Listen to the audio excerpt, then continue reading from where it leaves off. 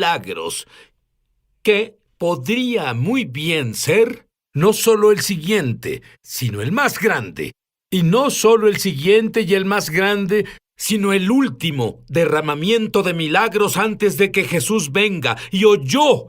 Bueno, yo acabo de oír algo. Acabo de oír que el cuello de alguien ha sanado y la espalda de alguien ha sanado y un dolor en el área de la cadera aquí ha sido sanado. Y él oyó de Dios que muchos, si no hacen lo que Dios explicará, se perderán el gran derramamiento de milagros.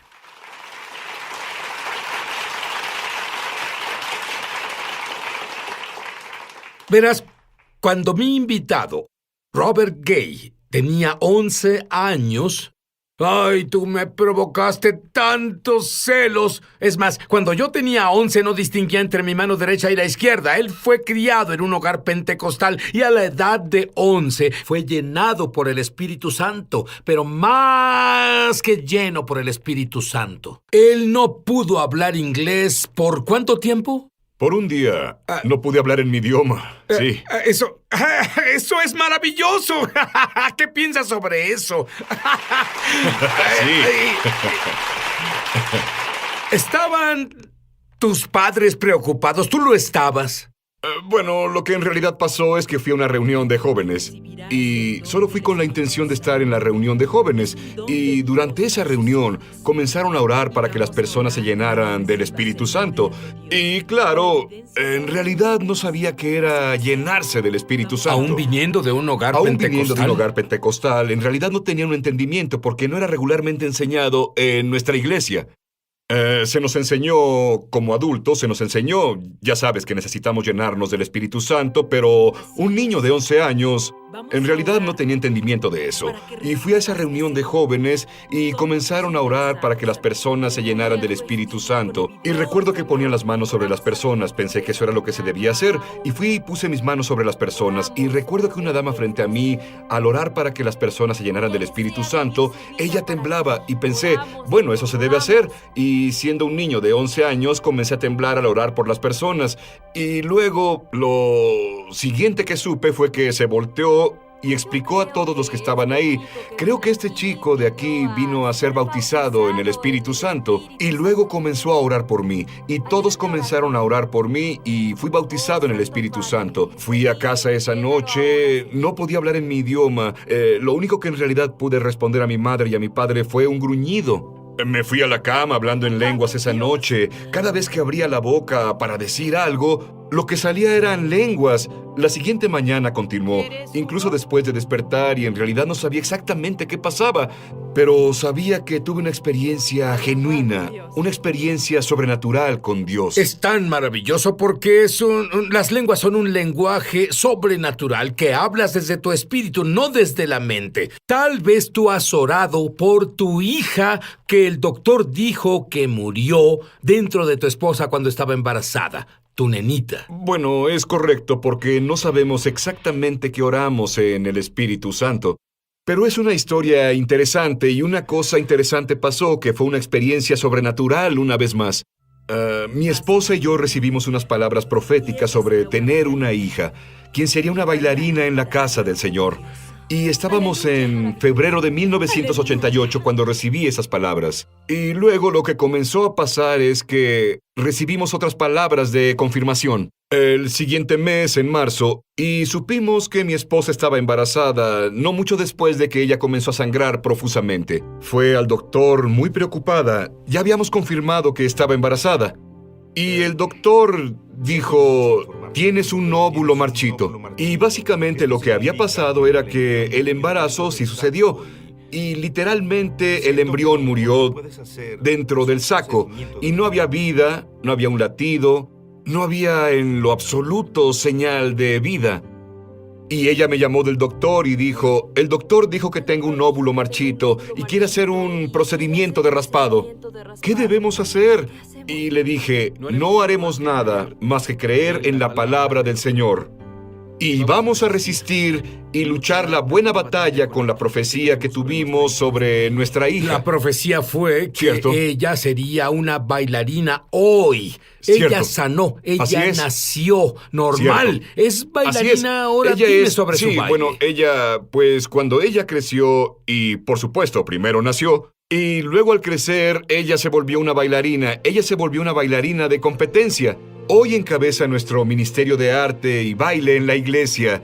Y Dios la usa en una forma tremenda. ¿Cómo? Ella se para y profetiza la palabra del Señor. Vaya, ahora dime sobre tu entendimiento del nuevo pacto. Bueno, verás, claro que pienso que hay malos entendidos del nuevo pacto y lo que en realidad es, sabemos que el nuevo pacto fue ratificado con la misma sangre de Jesús. Algunos lo han interpretado, creen que porque Jesús vino, entonces los 10 mandamientos ya no son relevantes para nosotros, pero lo que encontré y lo que enseño a las personas es que los 10 mandamientos siguen siendo relevantes en la actualidad. Como creyentes del nuevo pacto, Jeremías habla sobre esto y él dice que hay un nuevo pacto que vendrá, por supuesto, antes de que el nuevo pacto viniera, antes de que Jesús viniera. Y él dice que el nuevo pacto sería diferente de este modo, que la ley de Dios iba a ser escrita en nuestro corazón. Y una de las cosas que debemos entender es que el nuevo pacto no nos separa de los 10 mandamientos. Es más, de hecho nos ata a ellos incluso a un nivel más grande, porque ahora la ley no solo está escrita en una tabla de piedra, y es impuesta.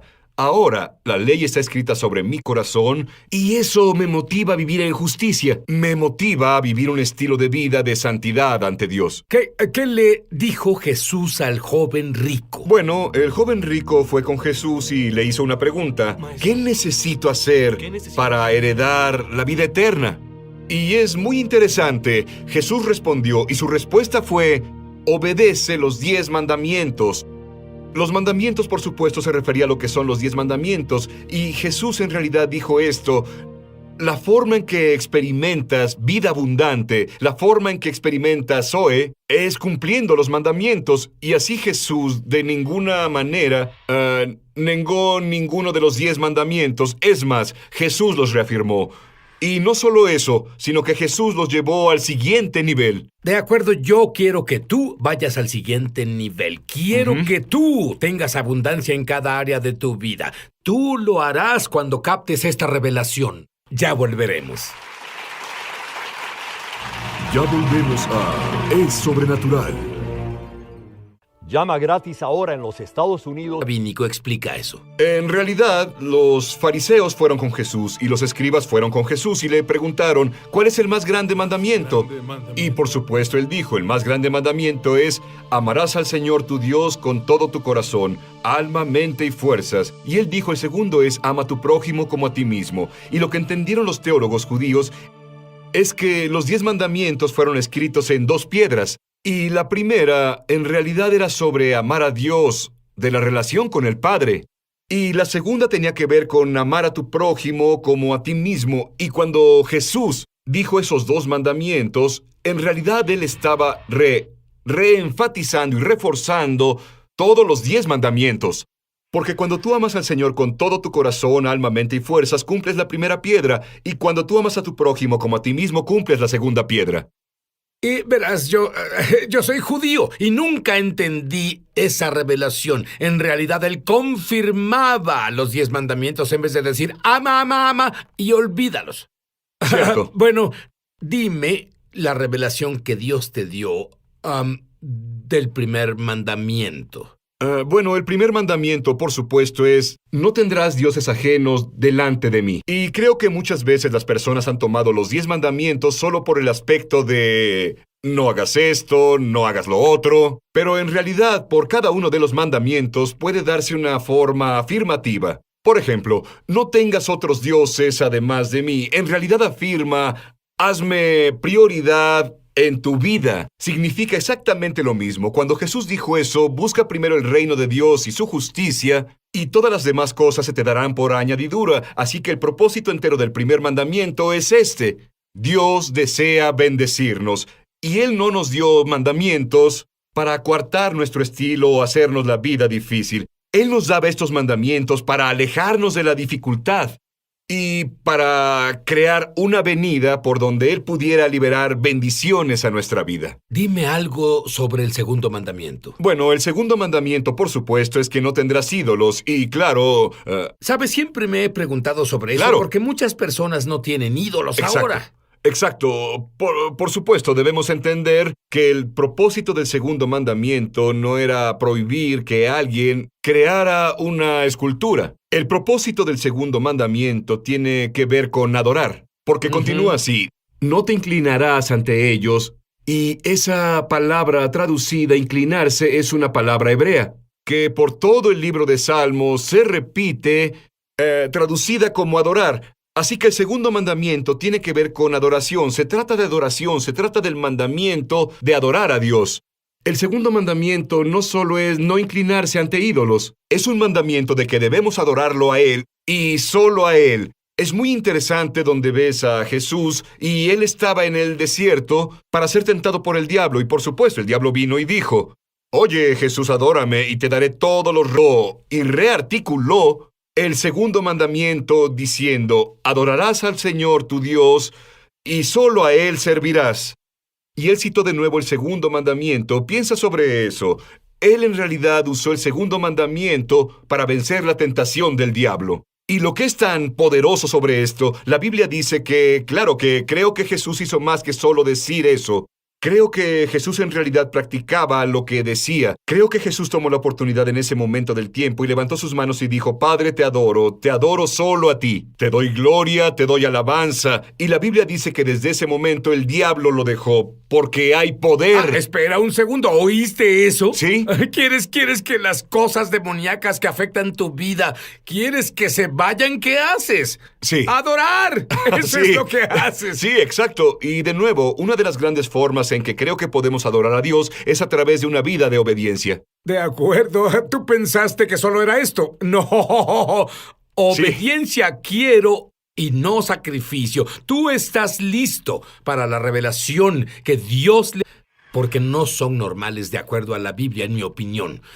Sobre los 10 mandamientos, ¿tú enseñaste muchas series y cosas de los 10 mandamientos antes de que Dios te hablara? Sí, en realidad no. Es más, ocasionalmente yo mencionaba los 10 mandamientos y nunca tuve una serie entera de los 10 mandamientos, ni la importancia de los 10 mandamientos, porque no tenía una revelación y verás, para ser honesto contigo, me veía un poco religioso. Y creo que es probablemente el sentimiento tal vez de muchos pastores ahora. Se ven un poco anticuados, ya sabes, no debemos enseñar, haz esto y haz lo otro. Oí a muchas personas cuando Jesús dijo que no estamos bajo la ley. Claro, él hablaba de la ley del sacrificio animal y la ley del templo, etc.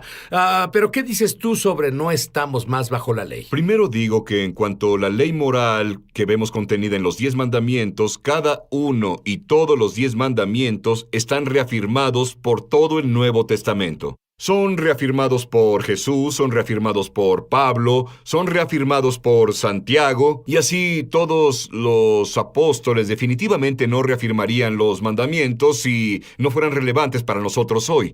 Y por supuesto leemos cómo el amor cumple la ley. Y por supuesto la pregunta que tengo es, ¿cómo el amor cumple una ley que no existe o no es relevante?